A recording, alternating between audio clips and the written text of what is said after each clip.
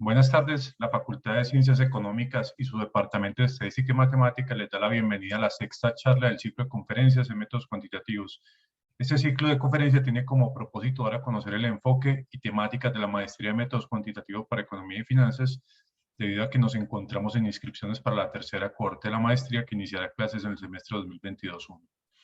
En esta sexta conferencia de este tercer ciclo se presenta la charla Introducción a la optimización bayesiana a cargo de Julián Arias Londoño. Julián es ingeniero electrónico y máster en ingeniería de la Universidad Nacional de Colombia. Es doctor en ingeniería de sistemas de la Universidad Politécnica de Madrid, España, y doctor en ingeniería automática de la Universidad Nacional de Colombia. Además, es profesor titular del Departamento de Ingeniería de Sistemas de la Facultad de Ingeniería de la Universidad de Antioquia. Sus áreas de interés y trabajo académico incluyen Machine Learning, métodos kernel, modelos probabilísticos y Deep Learning, aplicados al análisis de señales, secuencias biológicas, sistemas de apoyo diagnóstico, entre otros. Bienvenido, Julián, adelante. Listo, muchísimas gracias. Bueno, voy a compartirles la presentación. ¿Me confirman, por favor, si se está viendo? Sí, se está viendo. Ok, bueno. Bueno, muchísimas gracias. El tema de la charla, pues, como ya se dijo, es una introducción a la optimización bayesiana. La presentación, digamos, va a estar dividida en estas 4 fases: un contexto, una presentación, digamos, de lo que es la optimización bayesiana, de lo que es, perdón, el aprendizaje bayesiano, luego posteriormente la optimización bayesiana y algunas ideas de dónde se aplican, digamos, este tipo de técnicas. Lo primero, digamos, que debemos analizar es un poco el contexto de por qué se, digamos, se discute sobre el tema de optimización bayesiana.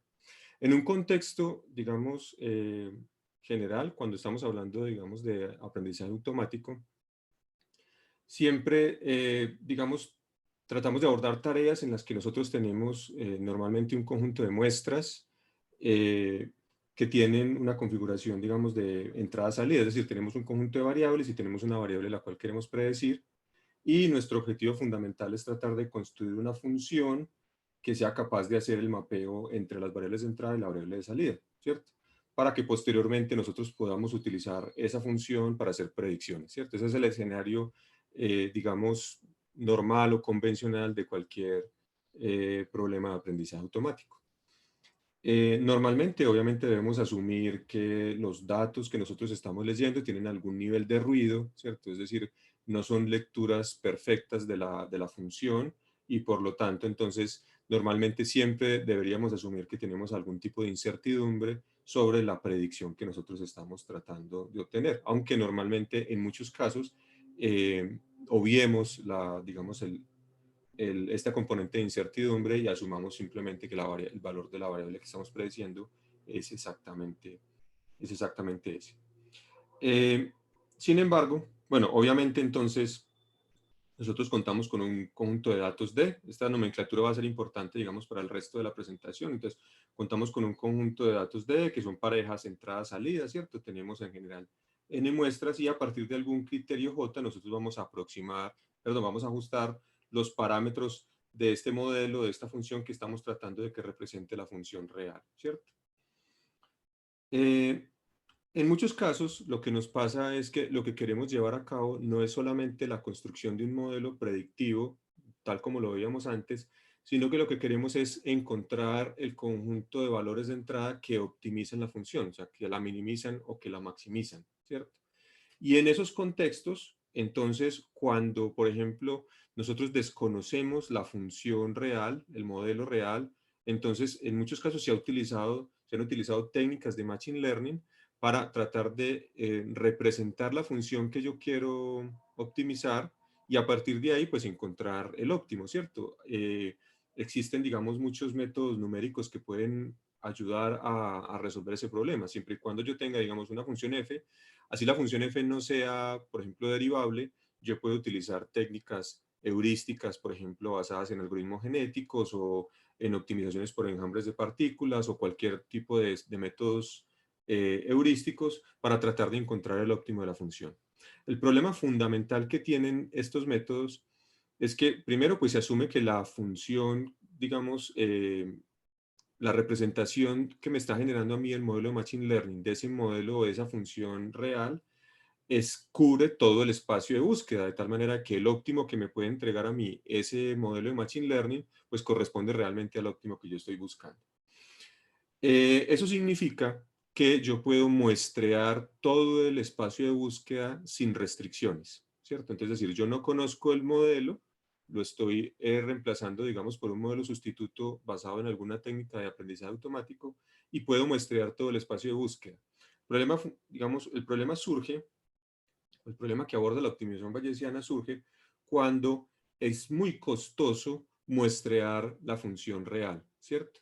Entonces, ese es un escenario en el que yo quiero optimizar una función que no tiene forma analítica y que muestrearla es muy difícil. Por lo tanto, yo no puedo utilizar, digamos, o no puedo asumir que un modelo sustituto, digamos, entrenado a partir de un del conjunto de datos que tengo disponible, ya me representa perfectamente eh, la función que quiero optimizar. Ese es el escenario en el que, digamos, aparece la optimización bayesiana como una alternativa. Y vamos a ver que realmente no es un escenario, digamos, muy ajeno, es un escenario que realmente se presenta en muchos problemas reales.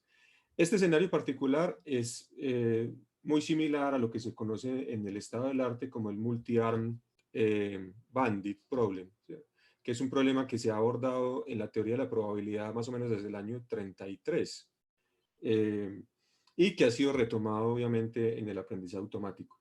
En este contexto, digamos, el problema fundamental es, digamos, un apostador que está en un casino y está jugando en algunas de las máquinas y quiere saber, digamos, pues cuál de las máquinas, con cuál de las máquinas va a poder obtener mayor rédito, pero el problema es que tiene que, digamos, evaluar digamos, dos posibles estrategias.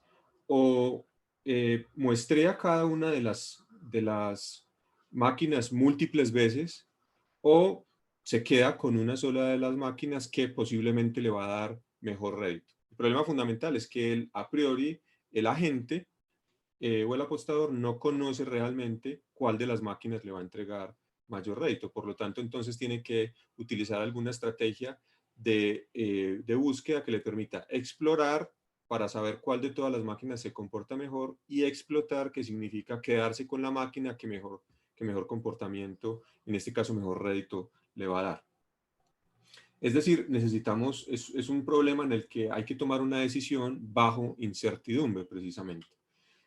¿Y en qué contexto se pueden, digamos, observar este tipo de problemas? Realmente existen muchos. Esta es una diapositiva tomada de una presentación de un equipo de Netflix. Digamos que Netflix es pues, una empresa muy conocida, obviamente, pues la plataforma que provee videos streaming, ¿cierto? Pero es muy conocida en el ámbito del aprendizaje automático por su sistema recomendador, ¿cierto? Porque fue una de las primeras empresas que creó un reto para diseñar un sistema recomendador y que el premio era de $1.000.000, entonces se hizo muy famoso por esa razón.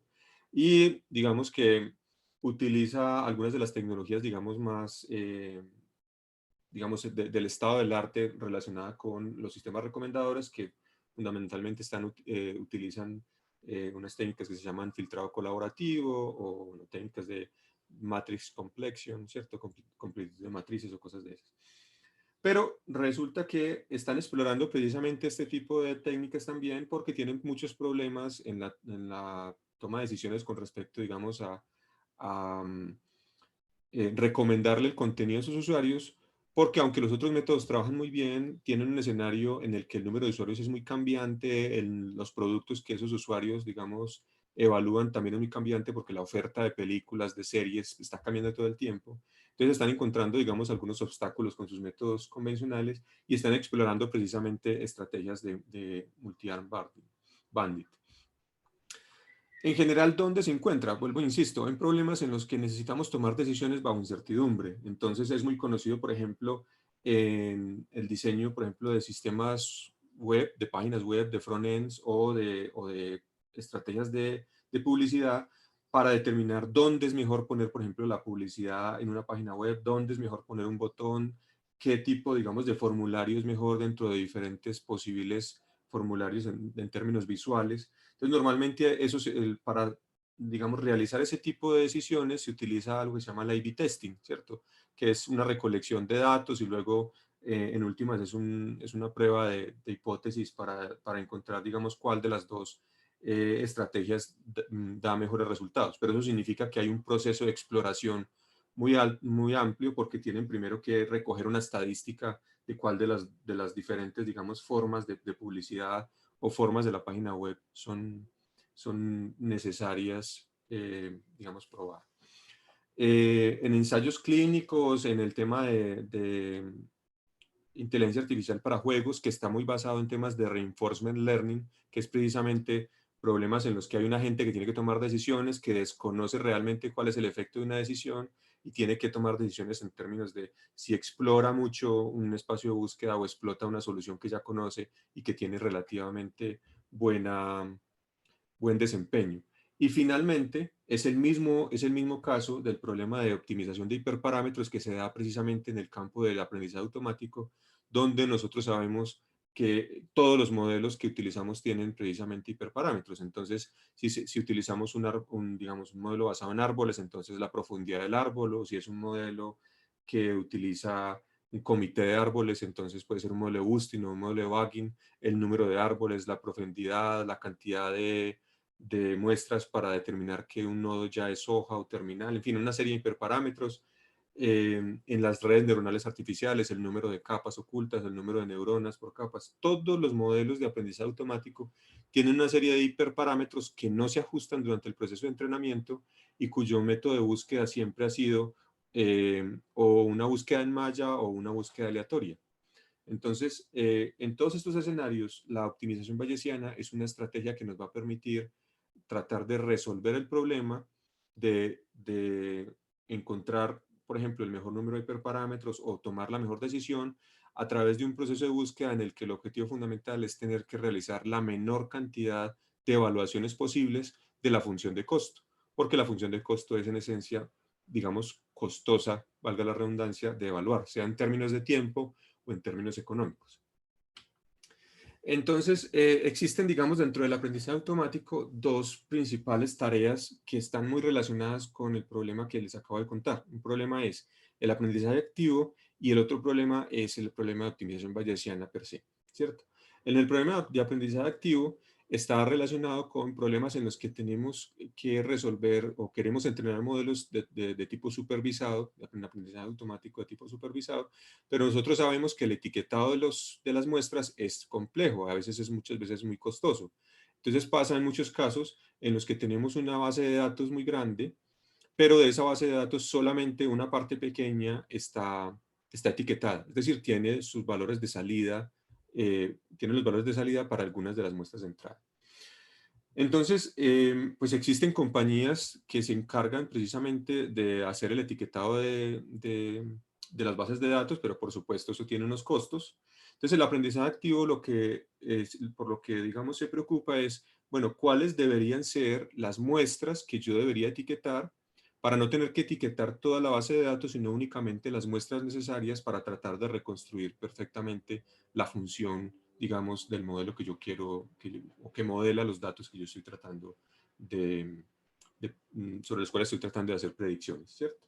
Y la optimización bayesiana, como ya lo dije, el objetivo fundamental es tratar de encontrar cuál es el óptimo de la función, ¿cierto? Teniendo en cuenta que es costoso etiquetar muestrear la función de costo original.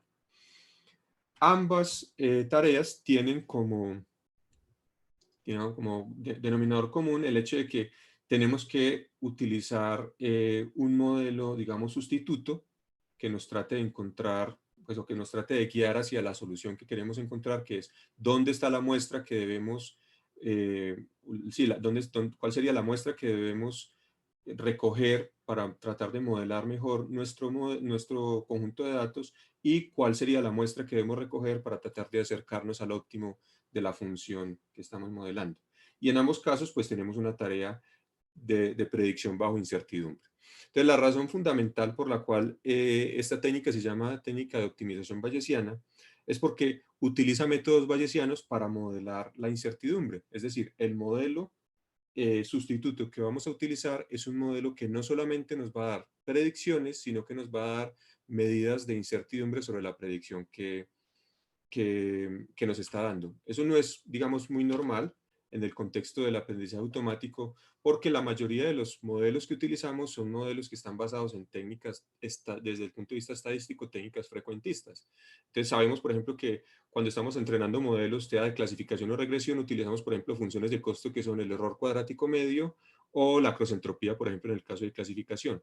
Ambas funciones de costo están basadas en la aplicación de un principio digamos, desde la estadística frecuentista, que es el principio de máxima verosimilitud. En el primer caso, es una máxima verosimilitud sobre una función continua que está descrita como a través, digamos, de una función gaussiana, cuya medida es el polinomio de la función que nosotros estamos tratando de predecir. Y en el caso de la entropía, de la crossentropía, normalmente es para problemas de clasificación, en el que la variable a la salida toma solamente dos valores, 0 o 1, clase 0 o clase 1, y que está descrita, por lo tanto, por una distribución Bernoulli. Entonces, cuando aplicamos el criterio de máxima verosimilitud sobre la distribución Bernoulli, nos va a dar como resultado el criterio de cross-entropía. El caso es que en la mayoría de los escenarios, de los modelos que más conocemos, que más aplicamos en aprendizaje automático, los criterios de entrenamiento de esos modelos están basados en estadística frecuentista. ¿Qué se hace desde el punto de vista bayesiano? Desde el punto de vista bayesiano se hace una aproximación diferente. Obviamente, digamos, se llama bayesiano porque utiliza, digamos, como principio base el teorema de Bayes, ¿cierto? En el que tenemos, pues, este término que es precisamente la verosimilitud, que es el único término que utilizamos en el caso del aprendizaje de tipo frecuentista. Tenemos el término que es la distribución a priori, tenemos la distribución a posteriori y el denominador que normalmente se le llama la evidencia, que es de hecho es el marginal del numerador con respecto a los parámetros del modelo, ¿cierto? La diferencia fundamental del aprendizaje, digamos, bayesiano versus el aprendizaje convencional no es solamente que utilicemos la estadística, no solamente que utilicemos el teorema de Bayes para describir el problema. La diferencia fundamental está en que los parámetros del modelo se asumen que son variables aleatorias. Y eso tiene mucho sentido. ¿Por qué? Todos sabemos, por ejemplo, que cuando estudiamos aprendizaje automático y estudiamos las métricas de error, estudiamos algo que se llama el bias versus variance, ¿cierto? El trade-off entre el sesgo y la varianza. Y la varianza tiene que ver con el hecho de que nosotros, cuando entrenamos el modelo, lo estamos entrenando sobre un subconjunto, una muestra, digamos, del fenómeno que estamos tratando de modelar. Y cuando entrenamos ese modelo con una muestra diferente, pero que proviene del mismo fenómeno, la idea es que el modelo sea similar, que no cambie mucho, pero va a cambiar porque la muestra cambió. Entre más cambie, pues vamos a tener problemas de sobreajuste, ¿cierto? Pero el asunto es que cambia, y si cambia el modelo es porque están cambiando los parámetros del modelo. Entonces, cuando nosotros entendemos que los parámetros del modelo en sí mismos, como pueden cambiar, son una variable aleatoria, entonces podemos, en esencia, utilizar, digamos, un principio bayesiano en lugar de un principio frecuentista. En ese caso, entonces, este teorema de Bayes que ustedes ven aquí está representando realmente no la variable a predecir versus los datos, sino los parámetros del modelo versus los datos. Entonces aquí lo que tenemos es la distribución posterior de los parámetros con respecto a los datos, y es la verosimilitud de los datos con respecto o dados los parámetros del modelo. ¿Listo? Digamos, esta formulación en particular tiene, digamos, un problema fundamental, y es precisamente el denominador. El denominador de esta expresión, que corresponde, como lo había dicho, al marginal del numerador con respecto a los parámetros del modelo, es en muchos casos muy difícil de calcular, ¿cierto? Solamente en los casos en los que hablamos de algo que se llaman distribuciones conjugadas, donde la distribución a priori y la verosimilitud son distribuciones conjugadas, el posterior toma la misma forma de la distribución a priori. Y normalmente en esos casos, el cálculo es muy fácil de hacer, ¿cierto? Por ejemplo, cuando la verosimilitud es gaussiana y la distribución a priori es gaussiana, el posterior es gaussiano y eso es fácil de calcular o ya está previamente calculado, digamos, en libros de estadística o de probabilidad, ¿sí? Cuando tenemos otros problemas donde la verosimilitud, por ejemplo, no es gaussiana, ahí podemos tener otro tipo de problemas. En general existen muchas distribuciones que son conjugadas. Digamos, toda la familia exponencial en general tiene, digamos, tienen distribuciones que se pueden considerar conjugadas y que por lo tanto se pueden resolver, digamos, relativamente sencillo, de manera relativamente sencilla esta formulación. Para los casos en los que no, entonces empiezan a aparecer unas líneas dentro del aprendizaje bayesiano, que son precisamente líneas relacionadas con cómo se calcula esta integral. Algunos lo calculan de manera analítica, haciendo ciertas simplificaciones sobre estas distribuciones, y algunos lo estiman de manera numérica, utilizando métodos de Monte Carlo, específicamente algo que se llama entonces métodos de Markov-Chain Monte Carlo, o en el caso analítico, métodos variacionales.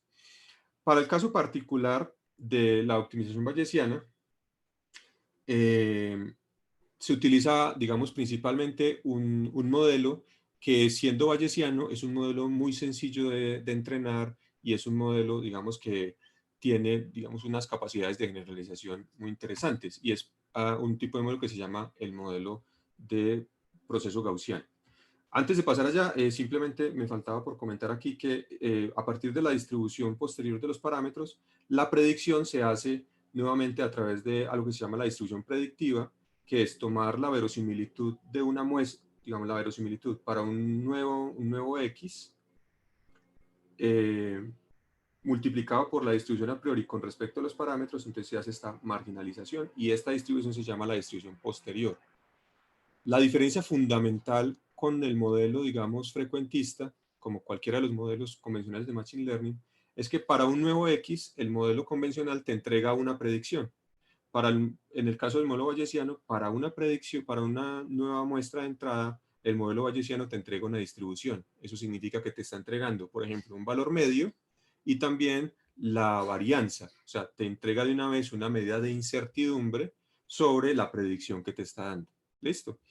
Y eso es precisamente lo que requieren los métodos de optimización bayesiana para poder operar, una medida de incertidumbre sobre las decisiones que el modelo está tomando. Como decía hace un momento, el modelo que más se utiliza en el caso de la optimización bayesiana son los procesos gaussianos. Se podrían utilizar cualquier otro tipo de modelo bayesiano.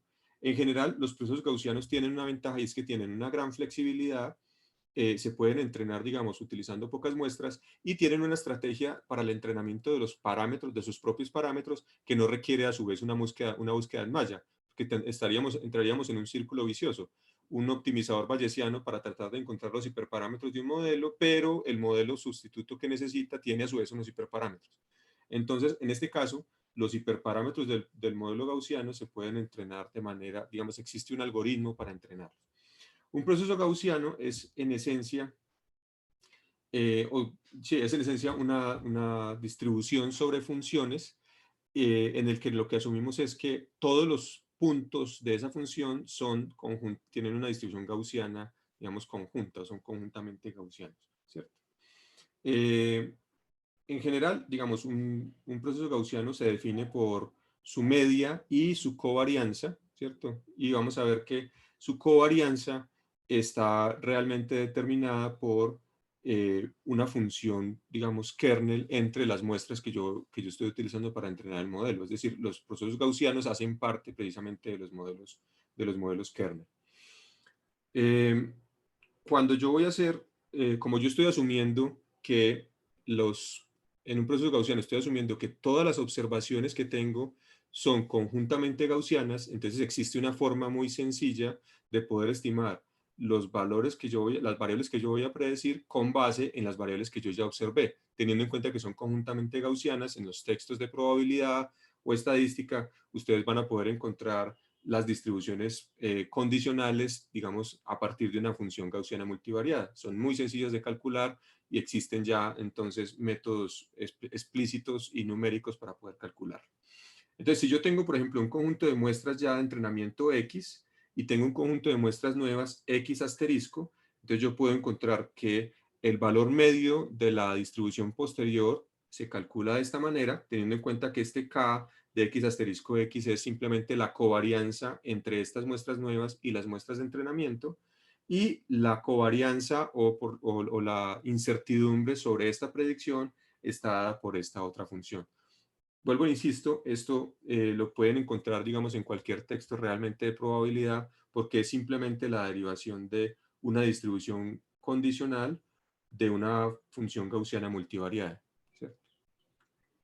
Entonces, a partir de este modelo, yo puedo realizar, digamos, predicciones. Simplemente, así como dije hace un momento, podemos tener la distribución predictiva, que es simplemente la integral de la verosimilitud con respecto a la distribución a priori de mis datos, ¿cierto? Y de los parámetros de mi modelo. En mi caso, la distribución a priori es lo que yo estoy asumiendo es que los puntos de la función que estoy tratando de reconstruir son un proceso gaussiano.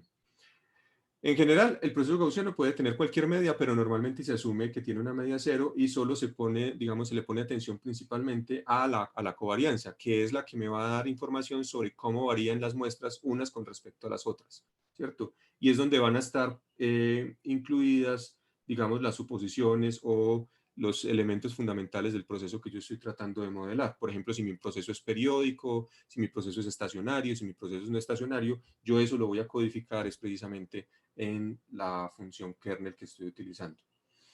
Y finalmente, cuando yo utilizo esta misma función únicamente para los datos de entrenamiento, obtengo algo que se llama la verosimilitud marginal, y es la función que me va a permitir a mí entrenar los hiperparámetros del modelo utilizando únicamente los datos de entrenamiento. Entonces, por esa razón, el modelo, aunque tiene unos hiperparámetros que son específicamente los parámetros de la función de la matriz de covariancia que yo defina, esos hiperparámetros yo los voy a poder ajustar a través de un proceso de optimización sin necesidad de necesitar una búsqueda en malla o algo similar.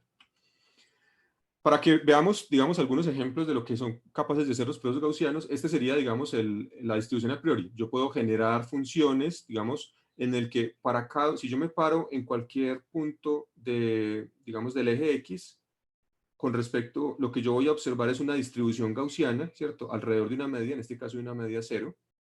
Y si yo trato de relacionar, si yo me paro en un punto para alguna de estas funciones, que estos son muestras sencillamente del GP, si yo me paro en alguna de estas funciones, me paro en un punto, y me paro en otro punto más adelante, la distribución de probabilidad entre esos dos puntos es una gaussiana multivariada, ¿cierto? Entonces, eso es en esencia un GP, es una distribución de probabilidad sobre funciones donde cualquiera de los puntos que yo tome tienen entre ellos una distribución gaussiana.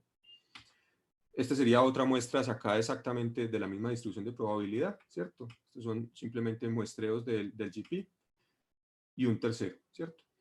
¿Qué pasa? Cuando yo observo una muestra, entonces yo ya condiciono el GP a que debe pasar por esa muestra. En este caso, entonces yo tengo, en este caso ya tengo una verosimilitud que es, he observado esta muestra que tiene esta variable de entrada y esta variable de salida, ¿cierto? Entonces, una vez yo tengo una muestra, el posterior de la función es este que estamos observando aquí, sigue teniendo formas gaussianas, pero ahora yo le estoy imponiendo, digamos, la condición de que debe pasar explícitamente por la muestra que yo acabo de observar. Y si yo sigo agregando muestras, entonces vamos reconstruyendo una función. Esta sería la media de la función que yo estoy tratando de predecir, pero al mismo tiempo ustedes pueden observar que aquí tengo estas zonas sombreadas que son las incertidumbres sobre las predicciones que el modelo me está entregando. Esto es lo que normalmente un modelo convencional no haría. Si yo tengo un modelo, por ejemplo, de red neuronal, el modelo podría darme una función de regresión que va a pasar por los puntos, pero si yo luego posteriormente voy a hacer una predicción en algún punto, él me dice, ah, bueno, su valor de predicción va a ser este, pero no me dice inmediatamente cuál es su valor de incertidumbre.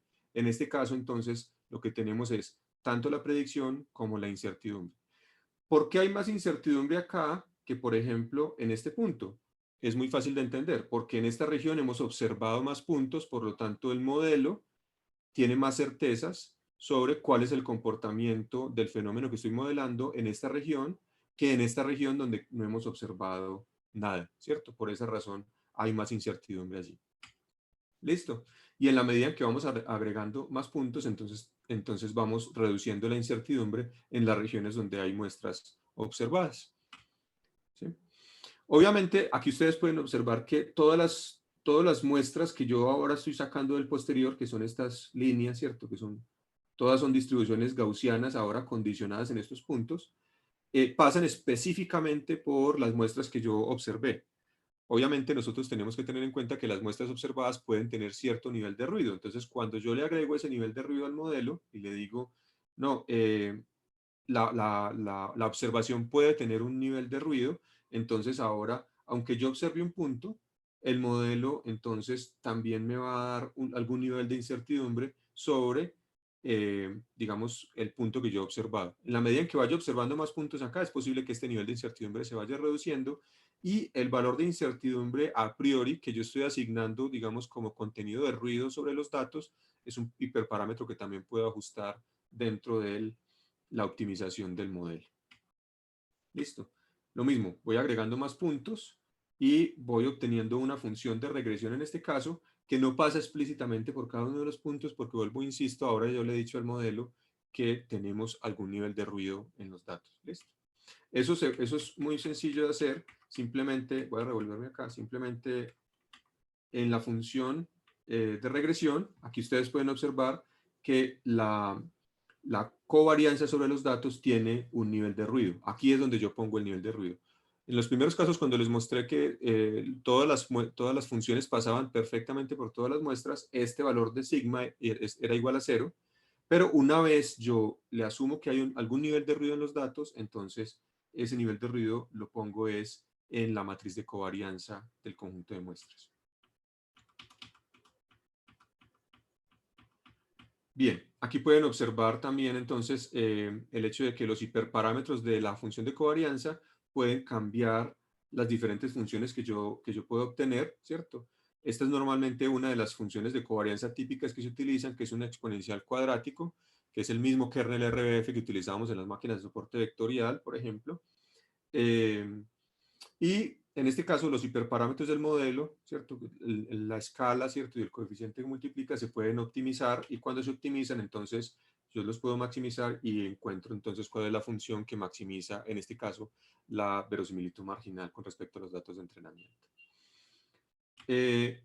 Esto se puede hacer también en dos dimensiones. Lo vemos en una, pues porque es más, digamos, más fácil de observar, pero si lo hiciéramos en dos dimensiones estaríamos haciendo algo parecido. Aquí tendremos la función, digamos, la función media en un problema de regresión. Aquí obviamente no estamos graficando la incertidumbre porque sería más difícil. Estamos graficando solamente la media y para un conjunto digamos, de hiperparámetros del modelo y cuando optimizamos los hiperparámetros, pues esta es la función que obtenemos. Es decir, lo podemos hacer en cualquier dimensión realmente. Y finalmente, el tipo de kernel que escojamos, pues como les dije en un comienzo, tiene que ver con las dinámicas específicas del proceso que nosotros estamos tratando de modelar. Podemos tener el kernel RF, que es uno de los más utilizados, o un kernel matern, que es muy flexible y tiene muchos más hiperparámetros. De hecho, con algún tipo de hiperparámetro se puede comportar como este tipo de kernel. Podemos tener kernels que son no estacionarios, por ejemplo, o podemos tener kernels que son, por ejemplo, periódicos. Eso va a depender de cuál es el tipo de proceso que nosotros estamos tratando de modelar. De ahí va a depender entonces la escogencia del kernel. ¿Listo? Y los principios, digamos, aquellas personas que hayan trabajado con máquinas de soporte vectorial, por ejemplo, los principios de los kernels, que si yo sumo dos kernels y multiplico dos kernels, eso también son kernels válidos, también funcionan exactamente en este caso. ¿Sí? Podemos construir funciones de covarianza a partir de la combinación de múltiples kernels. Bien, entonces ahora sí podemos nuevamente regresar a la optimización bayesiana porque ya tenemos entonces ahora un modelo que nos permite, que nos entrega no solamente una predicción, sino una incertidumbre sobre esa predicción. Entonces, vamos a suponer que tenemos el siguiente problema. Queremos reconstruir, por ejemplo, esta función que está en la línea roja. Esta función la desconocemos. ¿Listo? Esta es una función que nosotros no conocemos. La tenemos aquí como ejemplo. Y si tuviéramos la posibilidad de muestrear muchas veces la función, es decir, de tomar muestras para saber cómo se comporta la función, pues obtendríamos todos estos X azulitos que están aquí, ¿cierto? Pero no podemos hacerlo. Lo único que tenemos hasta ahora es este punto negro que vemos acá. ¿Listo?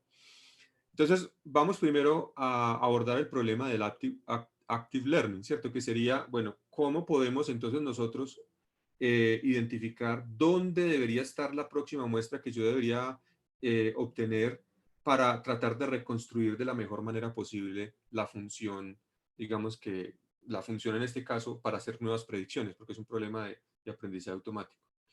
Entonces, en ese caso, lo que vamos a hacer es utilizar entonces el proceso gaussiano como nuestro modelo sustituto. En este caso, entonces, para esta sola muestra, entrenamos el proceso gaussiano que vimos hace un momento y la media es esta línea azulita y la franja que vemos detrás, la franja en azul claro, es la varianza que nos entrega el modelo para cada uno de estos valores, digamos, del espacio de búsqueda que nosotros tenemos. Entonces, la función, digamos, de incertidumbre, que es precisamente el ancho de esta franjita, se vería exactamente así, ¿cierto? Entonces, si yo quiero utilizar esta función para tratar de resolver entonces el problema de cuál es la siguiente muestra que yo quiero encontrar, en esencia, lo que voy a tratar de hacer es reducir la incertidumbre del modelo. Para reducir la incertidumbre del modelo, lo que voy a hacer es simplemente buscar dónde mi incertidumbre es máxima y voy y hago un muestreo de la función en ese punto. ¿Listo? Entonces, aquí nos está marcando cuál sería el punto que, de acuerdo a esta incertidumbre, el modelo iría a buscar. Entonces, encontramos este es el punto que acabamos de muestrear. Volvimos a entrenar ahora el proceso gaussiano con estos dos puntos. Este es nuestro nuevo modelo sustituto y aquí nos da que este es el punto de máxima incertidumbre. Entonces vamos y muestreamos allí. Seguimos buscando. Ahora este es el punto de máxima incertidumbre. Muestreamos ahí y ahora seguimos iterando, encontramos el siguiente punto de máxima incertidumbre, el siguiente punto de máxima incertidumbre y vamos viendo cómo el modelo se va ajustando. Obviamente todavía estamos lejos del valor real, ¿cierto?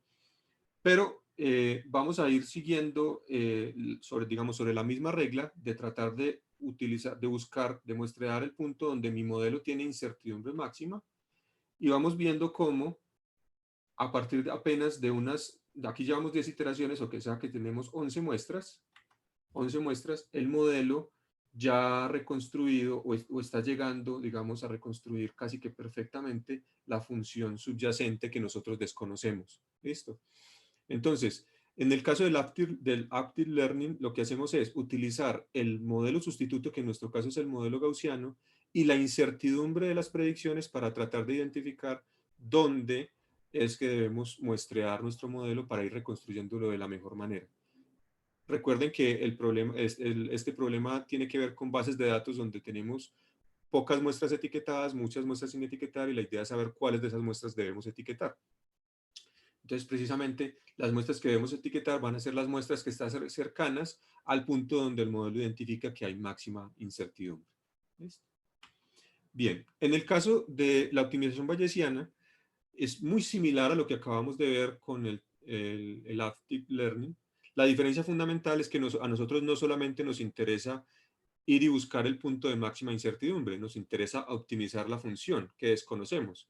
Entonces necesitamos precisamente, digamos, encontrar una solución de compromiso entre la exploración y la explotación. En el caso del Active Learning, lo único que interesaba era la exploración. Teníamos que explorar todo el espacio de búsqueda minimizando la incertidumbre.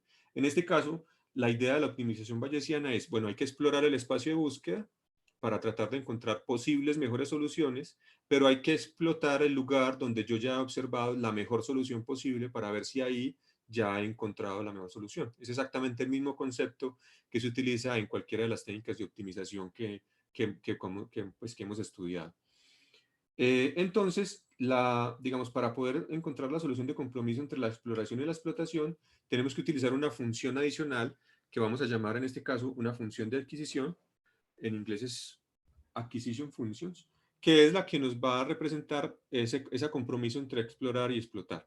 La exploración va a estar asociada a la media del modelo sustituto, que es la que nos va a decir cuál es la mejor solución hasta ahora, y la exploración, perdón, va a estar asociada a la incertidumbre, ¿cierto? Que es lo que nos va a decir dónde hay más incertidumbre.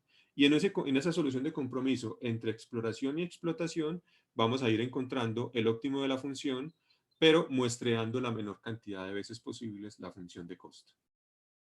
El problema en términos generales entonces se define de esta manera. Nosotros queremos encontrar el X que maximiza una función f, ¿cierto? Que desconocemos y que vamos a modelar a través de una función sustituta. Y tiene tres pasos. Encontramos el siguiente punto a muestrear optimizando la función de adquisición, encontrando el X que maximiza la función de adquisición. Vamos y muestreamos la función de costo en ese nuevo X.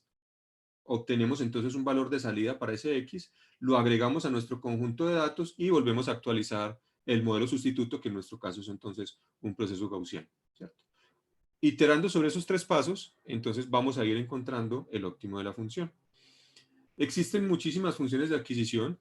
Hay algunas que digamos que vamos a revisar solamente dos, que son algunas de las básicas.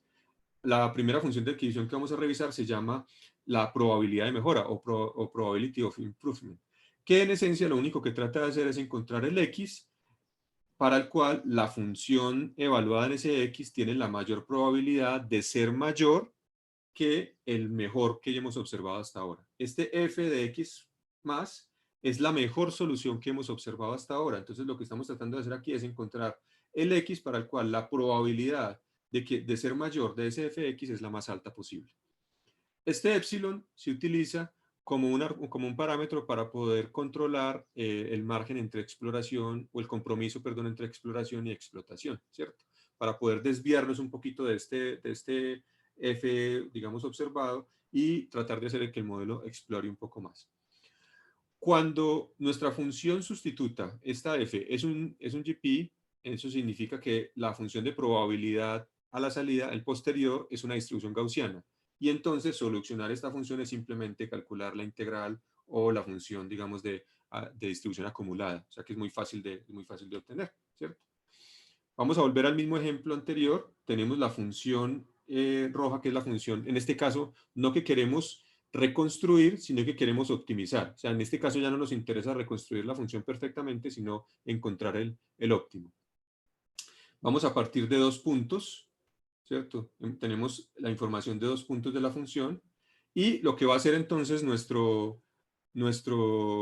función de adquisición, que es el probability improvement, es encontrar esta área que tenemos acá. Entre más cercana, esta función está centrada en una muestra específica que estamos evaluando, ¿cierto? Entre más cercana esté esa función al valor del óptimo, que está representado en este caso por la línea roja, este es el óptimo que hemos observado hasta este momento, entre más cercana, más grande será el área, ¿cierto? Y entre más incertidumbre haya también en ese punto, más grande será el área. ¿Listo? Entonces, si nos movemos a un punto que está muy cercano al óptimo, pero cuya incertidumbre es más pequeña, entonces la función gaussiana tendrá una dispersión menor, será más angosta y el área será más pequeña, ¿cierto? Entonces, lo que hace la función de probability improvement es encontrar simplemente el punto donde esta área es mayor.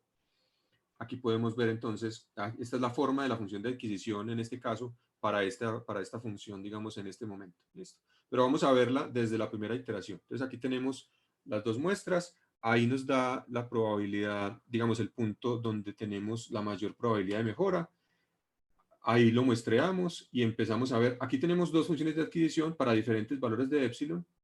La roja tiene un valor de epsilon más pequeña, la verde más grande, eso significa que la verde intenta explorar más. Ustedes ahí pueden ver, la roja pone puntos, nos intenta muestrear en puntos que están más cercanos del óptimo que ya hemos observado.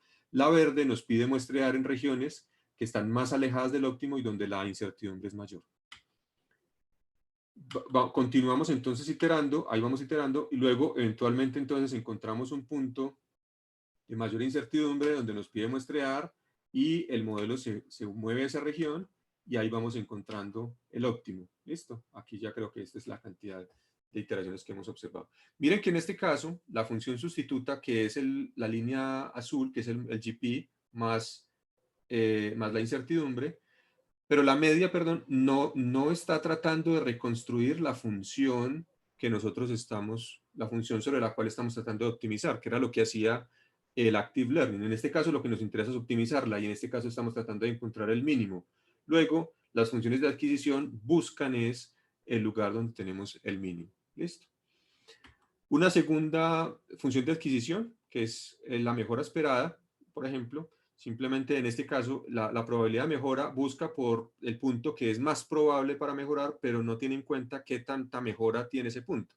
Entonces, la mejora esperada, por el contrario, busca además, digamos, además de mirar qué tan probable es, mira qué tanta mejora vamos a poder tener ahí, ¿okay? ¿Cuál es la mejora esperada?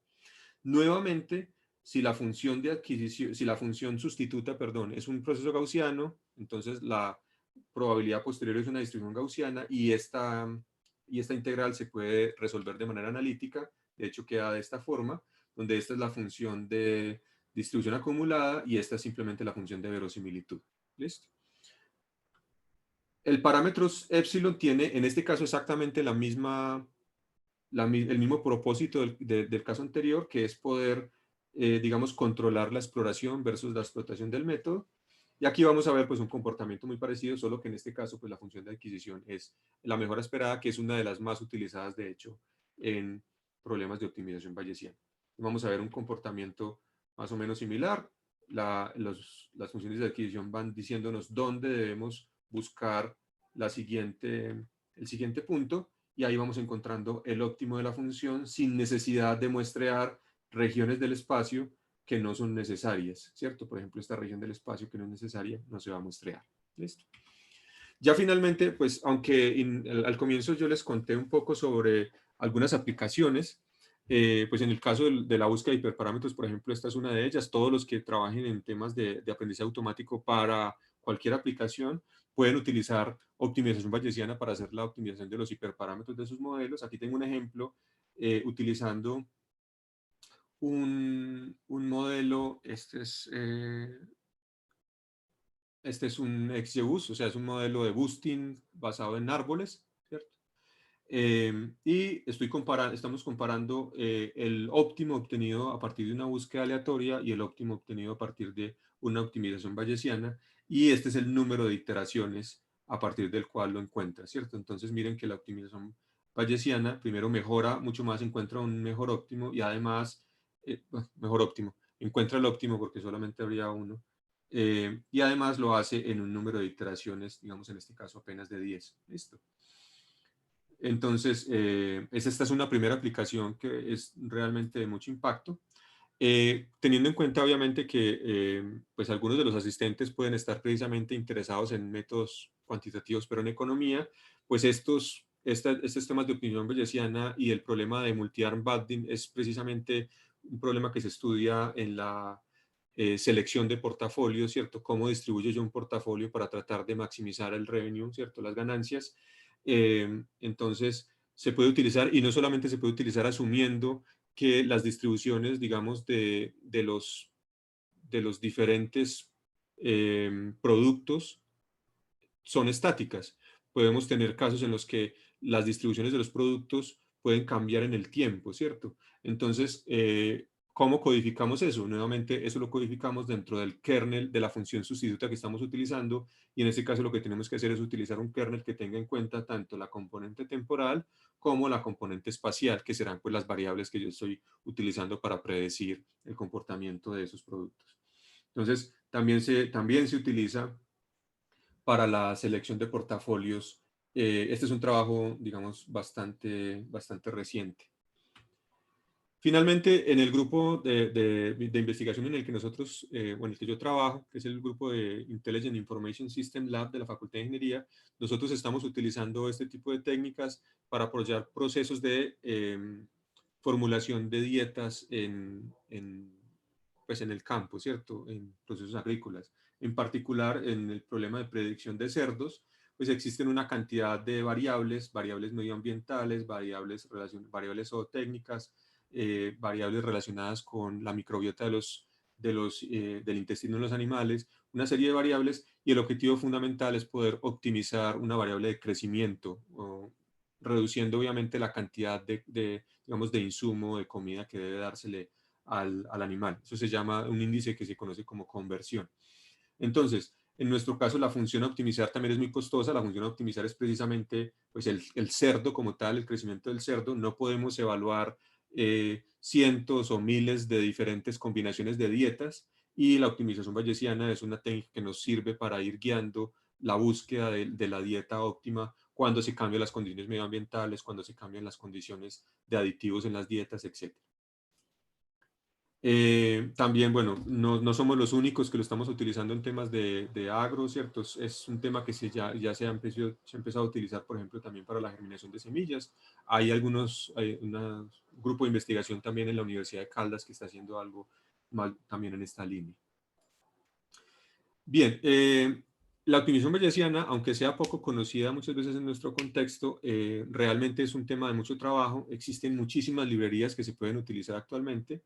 Entonces hay librerías, digamos, de optimización genéricas, librerías de optimización enfocadas a la optimización de hiperparámetros en modelos de Machine Learning, por ejemplo, Scikit-Optimize, o Keras Tuner, por ejemplo, que también se utiliza para la optimización de hiperparámetros en modelos de redes neuronales que están entrenados, por ejemplo, utilizando TensorFlow o este tipo de frameworks. Y existen otras librerías más de propósito general, también basadas en librerías como PyTorch, como TensorFlow, que ya permiten incluso trabajar, digamos, sobre grandes volúmenes de datos, que tienen implementados múltiples funciones de adquisición, bueno, múltiples variantes realmente de los problemas que yo les acabo de mostrar. Y pues finalmente también, pues el tema no acaba aquí, existen muchísimos otros elementos que hay que estudiar si, digamos, uno está interesado en este campo. Muchas otras funciones de adquisición basadas en entropía, basadas en muestreo de Thomson, que es una técnica también muy conocida precisamente desde el multi-arm bandit problem. Funciones de adquisición, digamos, que se basan en la aplicación de una función sobre el proceso gaussiano. Es una función que de pronto no es integrable, entonces se tienen que utilizar, o no se puede integrar de manera analítica para, por ejemplo, calcular el expected improvement. Entonces se utilizan métodos de Monte Carlo para hacer esas aproximaciones. Problemas donde se aborda la consecución no de un solo punto siguiente, sino de varios de manera paralela para acelerar el proceso de optimización. Problemas de optimización multiobjetivos basados digamos, en técnicas bayesianas. Problemas de optimización en espacios no euclidianos. Esto es muy interesante, por ejemplo, cuando tenemos que los datos sobre los cuales queremos modelar tienen una estructura, por ejemplo, que es de grafo o secuencial. Se da mucho, por ejemplo, en temas de diseño de medicamentos, donde los objetos sobre los cuales se hacen modelos son secuencias de proteínas o secuencias de, digamos, estructuras químicas. Entonces, en esos casos, los kernels que se utilizan son kernels no euclidianos, y toda la formulación que les he presentado está hecha para espacios euclidianos, pero se puede ir extrapolando. Entonces, hay unos trabajos también muy interesantes de extrapolación. Problemas de optimización bayesiana causal, porque podemos tener problemas en los que todas las variables influyen en el modelo, pero no todas son controlables. Algunas son observables y otras se pueden intervenir. Entonces, se pueden utilizar técnicas causales, grafos causales para incluirlos dentro del modelo. En fin, existe un mundo de aquí en adelante, y la idea pues fundamental es mostrarles que realmente este es un punto, un tema, digamos, de realmente mucho trabajo en la actualidad por muchos grupos muy fuertes. Y finalmente decir pues que varias partes de la presentación están basadas en un tutorial muy bueno de Martin Kreiser que está disponible en esta página, y que también pues se hizo con el apoyo de Gabriel Uribe, que es uno de los estudiantes de doctorado en este grupo. Bien, creo que estuve un poco largo, me disculpo ahí por la longitud, pero bueno, es un tema un poquito denso también. No, para nada. Yo creo que estuvo muy buena la presentación. Bueno, entonces vamos a abrir el espacio para preguntas que tengan para Julián, acá o en Facebook.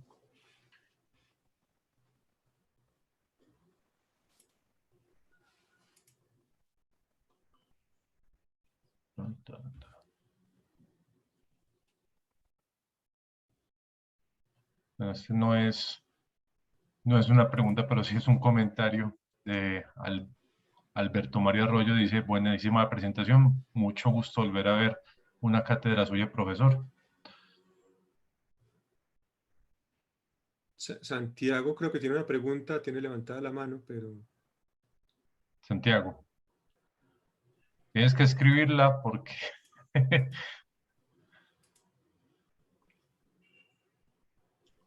Ah, bueno, ya lo pusieron ahí. Ya puede Santiago, habilitar. ya puedes hablar si quieres. ¿Me escuchan ahí? Sí, señor. Ah, bueno, es que estaba copiando la pregunta. Bueno, antes de hacer la pregunta al profe Julián, pues primero quiero agradecer pues, su participación con esta charla acá en la maestría de métodos cuantitativos. Siempre es un placer pues tener estas nuevas, entre comillas nuevas, metodologías que nos pueden servir pues para los problemas que hemos venido trabajando en la maestría. En particular, tengo dos preguntas. Una, este método de optimización bayesiana, como mencionó el profe Julián, se pueden utilizar para hacer una búsqueda de los hiperparámetros del método de aprendizaje, en este caso supervisado, que uno quiera aplicar.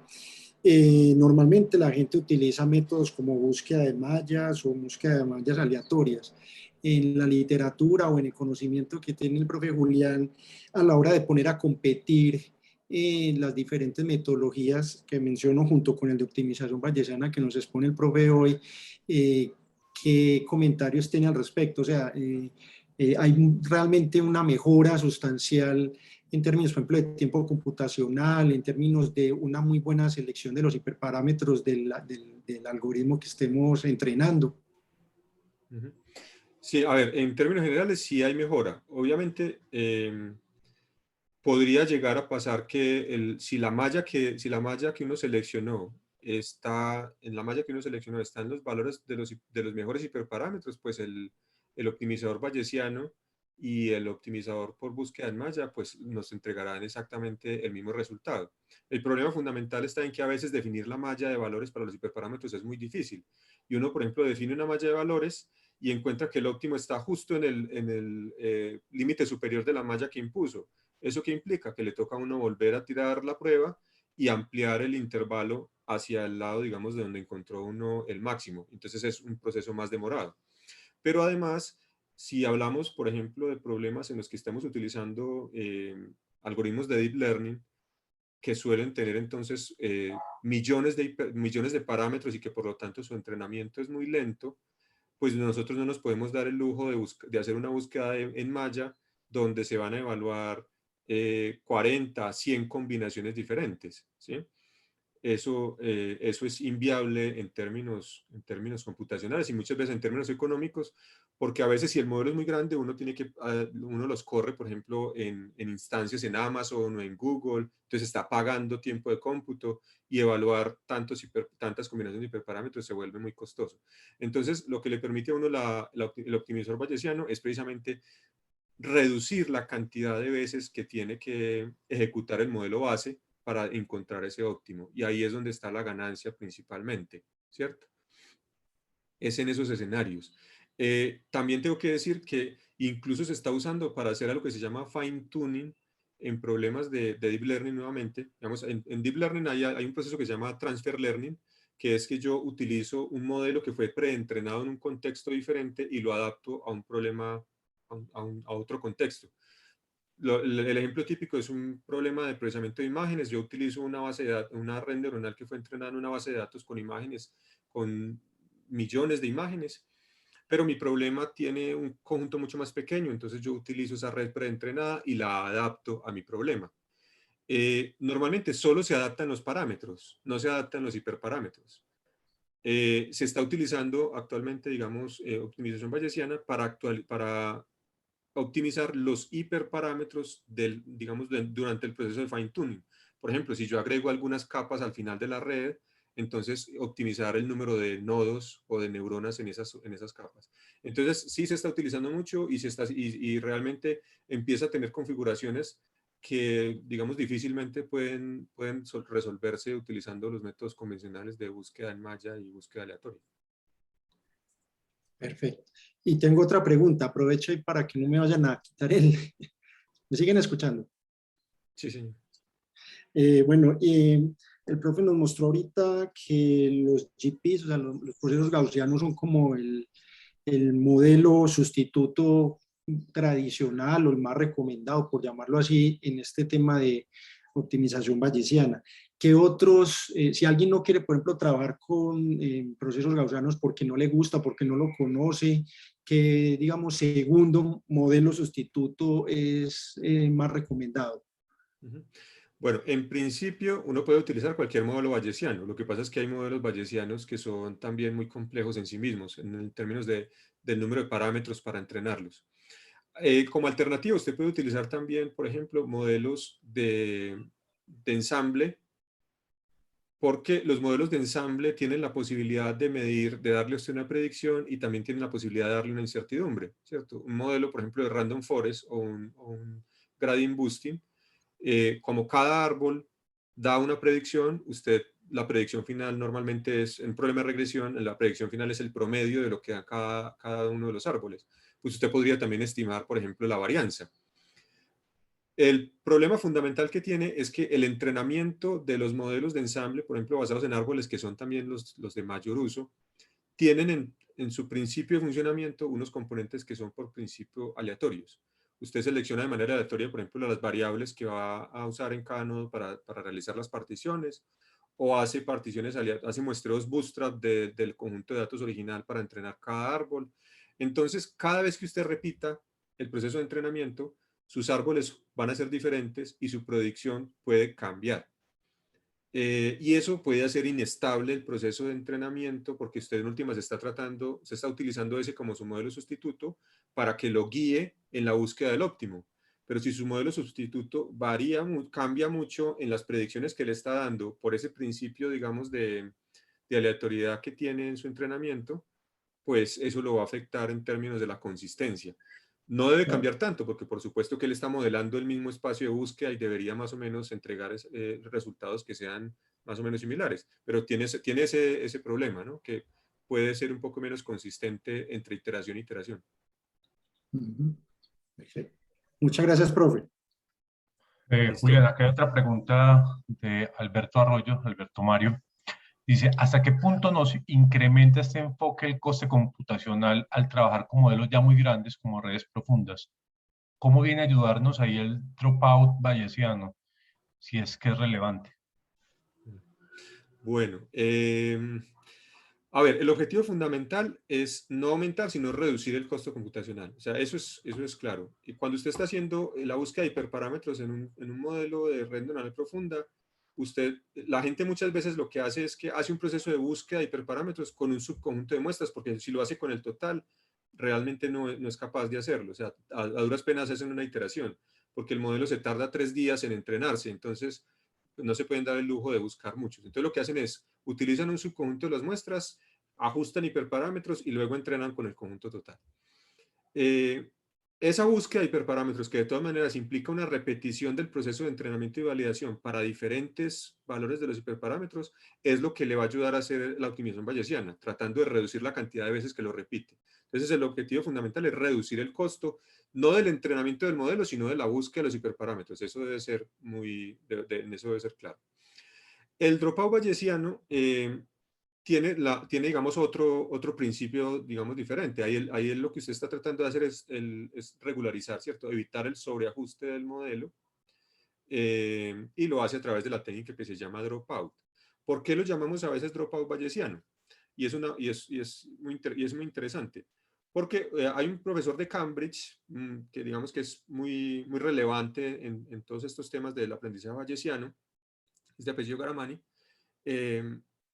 Él con un estudiante demostraron que la ejecución, digamos, de múltiples predicciones de una red neuronal, utilizando el dropout, que es un muestreo de las neuronas que se apagan de manera aleatoria, produce a la salida un estimado que es equivalente a lo que puede hacer una red neuronal bayesiana, ¿cierto?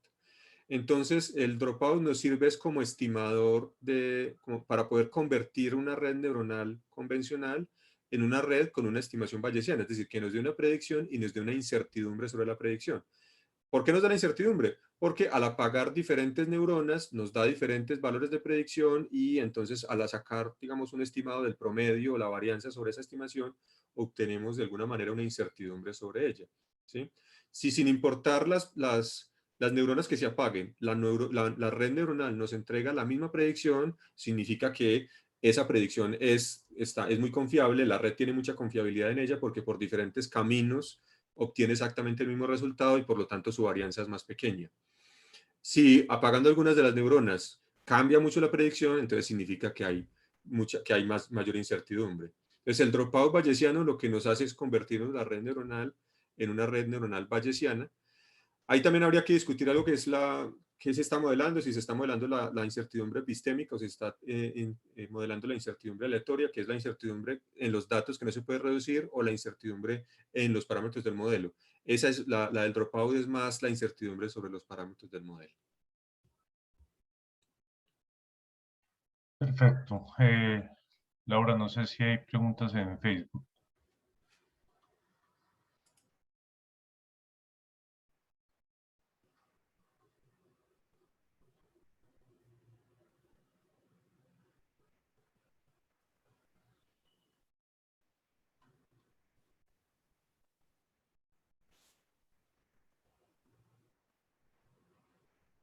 Laura.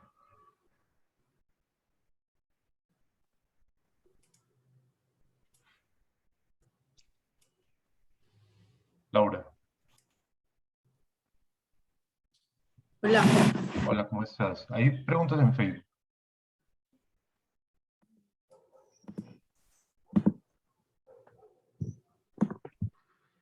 No. Perfecto.